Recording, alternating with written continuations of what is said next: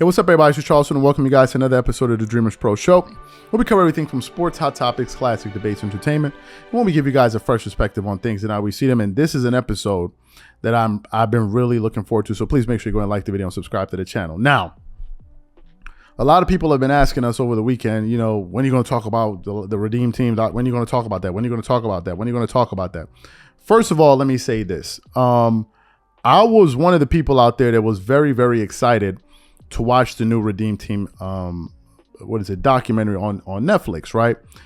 And for so long, I had to sit back here and constantly listen to people like Shannon Sharp and Nick Wright tell us all about Kobe, right? And basically talking to people that don't know about Kobe. Oh, Kobe Bryant was this. Oh, Kobe Bryant was that. And da-da-da-da-da-da. But finally, for the first time, we got to see Kobe Bryant in a real basketball documentary that involved other basketball players at that time going for a goal. Now, it's not like they're just talking about, they're chronicling somebody's career over time. No, where they put his career into context. And that's one of the reasons why The Last Dance was so poignant and powerful, because they didn't just give you a Jordan story. They put his performances into context, which then gave them which made them even more, which magnified them, to be quite honest with you. And one thing that became very, very clear to me while watching this series was that as I was watching it, I kept on saying to myself, like, none of these dudes is on Kobe's level. Like, this is stupid. This is ridiculous. Like, what have these people have been talking about? Like, I'm watching this. I'm looking at it, and I'm like, none of these guys are on his level. Like, everybody knew it. Even he knew it. And it was like, as soon as he got there, the whole energy of the entire team shifted. And these guys were basically following this dude around. They were following him.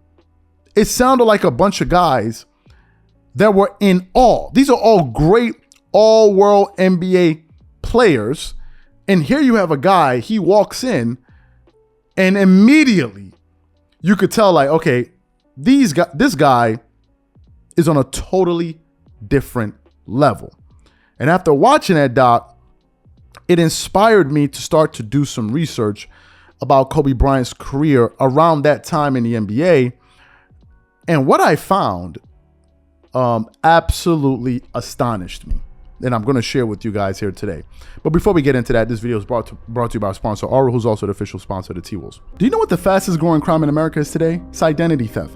Imagine trying to log into your email only to see that your password has been changed. Then you start getting weird notifications from your bank and credit cards, only to find out that all of your personal and sensitive information has been totally compromised. If you think it can happen to you and your family, just know that in 2020, over 49 million Americans were victims to identity theft, costing them a combined $56 billion. That is why we are excited to partner with Aura, who's the sponsor of this video.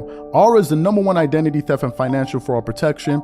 Aura monitors the dark web and alerts you if any of your passwords and accounts have been breached. And funny enough, after using Aura, I discovered some of my credentials were floating around in the dark web, and the app showed me exactly when and where the breach happened. In addition, Aura allows you to set spending alerts, and they'll notify you of any suspicious transactions. Aura is 4 times faster than any of its competitors in alerting you if someone is trying to open a credit card or obtain a loan using your name. And remember this, every 14 seconds, someone becomes a victim of identity fraud. Don't let it happen to you. Now click the link in the description and try Aura for free for 2 weeks and see if any of you or your family's personal information has been compromised. Start your free trial at aura.com/dreamerspro. And when you try Aura, by using the link in the description below, also know that you're supporting this channel. Thank you. So let's get into what I was able to uncover about Kobe Bryant. And I want to look at Kobe's career, at least I want to look at Kobe in this particular context, in about a 10-year window. That's a good window to kind of judge a player. So I want to look at Kobe's numbers from the year 2002 to the year 2012, right? Now, in that time span, Kobe Bryant won 3 championships, but I really don't want to focus on that. I want to focus on the other things that also talk about him as a player. In that time span, Kobe Bryant made 8 all-first defensive teams. 8 all-first defensive teams. He won 2 scoring titles. In addition to that, In that 10-year window, Kobe Bryant averaged 30.9 points per game, 1.7 steals, 5 assists, 5.5 rebounds, 85% free throw shooting, and shot about 35% from the three-point line in about a 10-year window. Kobe Bryant basically averaged 30 points for 10 straight seasons. And this is why I tell you guys, whenever you listen to Shannon Sharp and these guys talk about, well, LeBron, they're talking about an average. The reason Kobe Bryant's average is not 28 points per game or 29 points per game in his career is that I believe his first year in the NBA, he played 15 games. The second year, I believe he played 50. The year he really started getting minutes, that first year, he averaged about 19.9 points per game.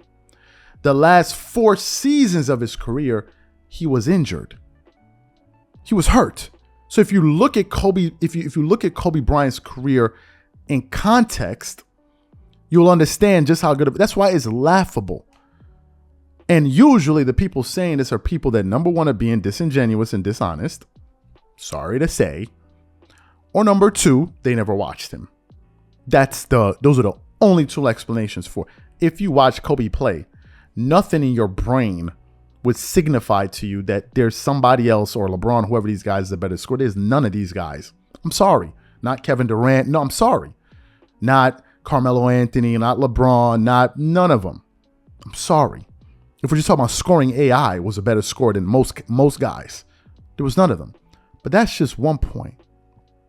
So Kobe Bryant was easily the most dominant offensive force in the NBA. Oh, by the way, if we discount Jordan's last 2 years with the Bulls, imagine what his averages would be. But anyway, you look at that, what he was able to accomplish on the offensive end of the floor. But then the guy made 8 all-first defensive teams, which means that Kobe Bryant was the best two-way player in basketball for about a 10-year window. This is indisputable. He was the best two-way player in basketball for about a 10-year window. What other player has that type of run and is not a top 5 player of all time? Name the player. Name the player. No other player in that era averaged 30 a game and made 80% of the All-Star, All-NBA selections. None of them. And a player compared to Kobe a lot, Tim Duncan, in that same time span made 4 All-First defensive teams, but never even led the league in scoring, not even one time. And even Shaq, back in 2001, started to see the type of player Kobe Bryant was turning into.